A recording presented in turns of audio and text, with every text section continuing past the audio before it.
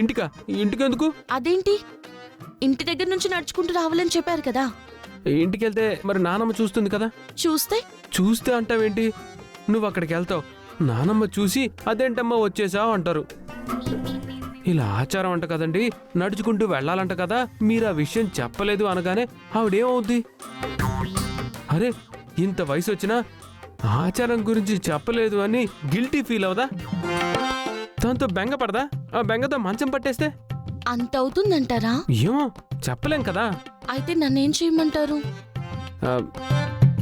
ఏం లేదు, ఇక్కడ వరకు కారులో వచ్చేసినందుకు ఆ దేవుని క్షమించమని వేడుకొని చెప్పులు తీసి కారులో పెట్టేసి ఇక్కడి నుంచి నడుచుకుంటూ వచ్చేసి.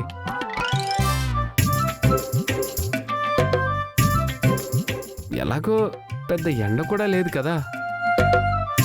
అయితే అలాగే రమ్మంటారా? నా మాట మీద నీకు నమ్మకం లేదంటే ఫోన్ చేసి కనుక్కో. అయితే చెప్తున్నాను కదా నేను మిమ్మల్ని నమ్ముతున్నానని. నమ్ముతున్నాను అంటున్నావు కానీ కదలట్లేదే. సరే అయితే మీరు కారులో వెళ్ళండి, నేను నడుచుకుంటూ వచ్చేస్తాను. All the best. ఫీల్ అవకే, ఇది ఆచారం. నేను గుడి దగ్గర వెయిట్ చేస్తూ ఉంటాను. 4 అడుగులు లేట్ అయినా మెల్లగా నడుచుకుంటూ వచ్చేసి పద.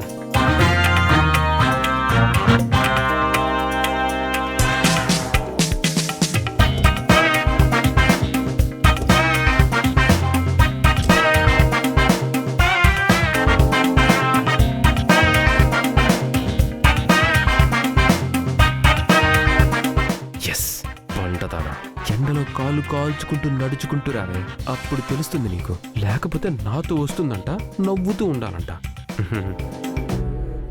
జాగ్రత్త. బాయ్.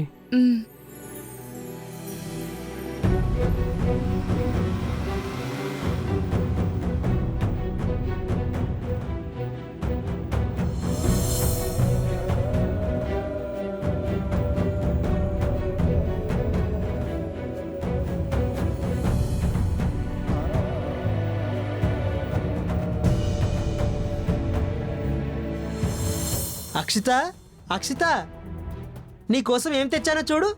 ఏంటి? హల్వా. ఎందుకిది? ఎందుకంటావేంటి? హల్వాకి భార్య భర్తలకి చాలా అవినాభావ సంబంధం ఉందని చరిత్రకారులు చెప్పారు. తెలుసా నీకు? నేను నీకు తినిపిస్తాను, నువ్వు నాకు తినిపించే. మీరు ఏ ఇంటెన్షన్తో తీసుకొచ్చారో నాకు అర్థమైంది. ఉండండి, డోర్ క్లోజ్ చేస్తాను. ఏ అక్షిత, నేను నీకేం చెప్పకుండానే నీకు అన్నీ అర్థమైపోతున్నాయి. అందుకు తప్ప నీకు ఇంకేం పని ఉంది?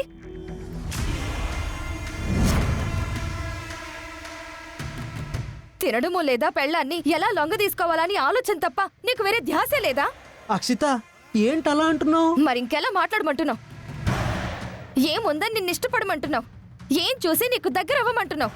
చెప్పు చంటి. అదేంటి, మనం ప్రేమించే కదా పెళ్లి చేసుకున్నాం. అవును, అదే తప్పు చేశానని ఇప్పుడు ఫీల్ అవుతున్నాను.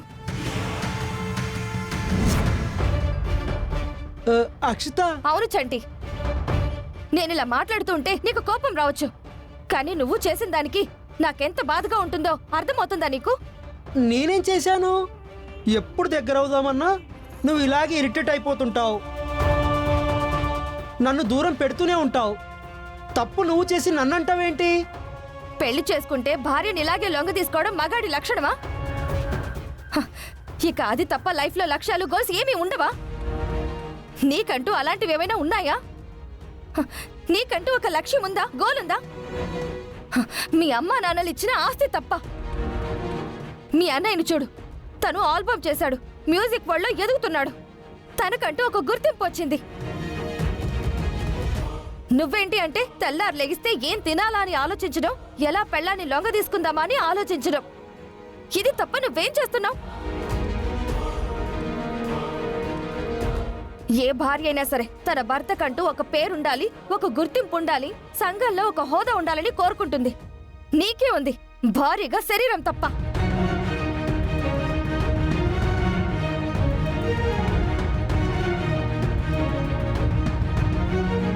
లైఫ్లో ఎలాంటి గోల్ లేకుండా ఏదో బ్రతికేస్తున్నామన్నట్టుగా బ్రతికేస్తే నీదేం తప్పులేదు, కానీ నిన్నిలా అడ్డుపడితే నాదే తప్పు. అంతే కదా? ఛీ!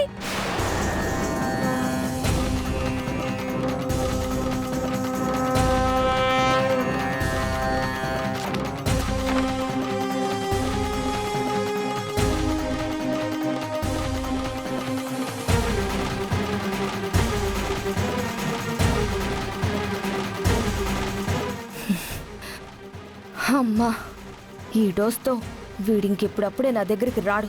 ఆ పల్లవి ఎప్పుడు చస్తుందా అని నేను చూస్తుంటే వీడి గోలొకటి. ఆ పల్లవి చావాలి, కాలేజీని నా సొంతం చేసుకోవాలి.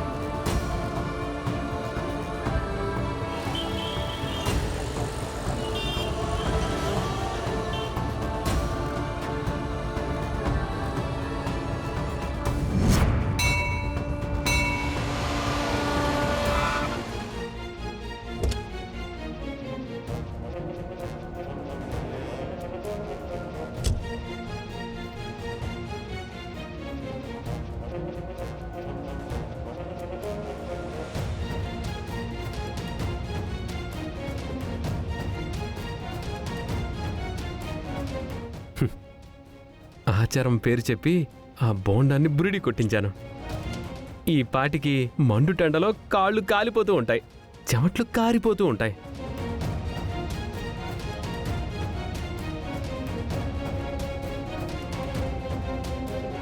నడుచుకుంటూ అడుగులు అడుగేసుకుంటూ క్యాట్ వాక్ చేసుకుంటూ వస్తూ ఉంటుంది.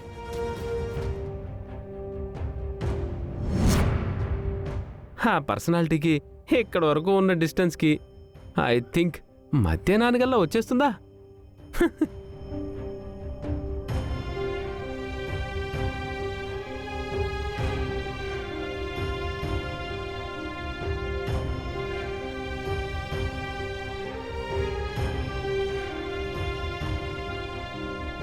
బాబు, నువ్వు చరణ్ కదా? అవునండి. మీరు ఒక్కరే వచ్చారేంటి? మరి మీ బామ్మగారు ఇద్దరు వస్తారని చెప్పారు. ఓ, మా బామ్మ ఫోన్ చేసి చెప్పిందా? అవునండి, పూజ కూడా జరిపించమని చెప్పారు. ఇంతకీ అమ్మాయి ఎక్కడా? అంటే కలిసే బయలుదేరామండి. కానీ తనేదో మొక్కని చెప్పి కాళ్ళకి చెప్పులు లేకుండా టెంపుల్ వరకు నడుచుకుంటూ వస్తానంది. అదే మొక్కయ్యా? ఏం మొక్కంటే ఏం చెప్తామండి, ఎవరి పిచ్చి వాళ్ళకి ఆనందం. పైగా పెళ్ళైన తర్వాత నా భార్య కోరిన మొదటి కోరిక. తన కోరిక తీర్చడం నా బాధ్యత కదండి. కాదు అనలేం కదా. అందుకే. భార్య అంటే ఎంత ప్రేమ అండి మీకు? అవునండి, పొంగుకొచ్చేస్తుంది ప్రేమ. మంచిదండి. అమ్మాయి వచ్చాక పూజ మొదలు పెడదాం. సరే.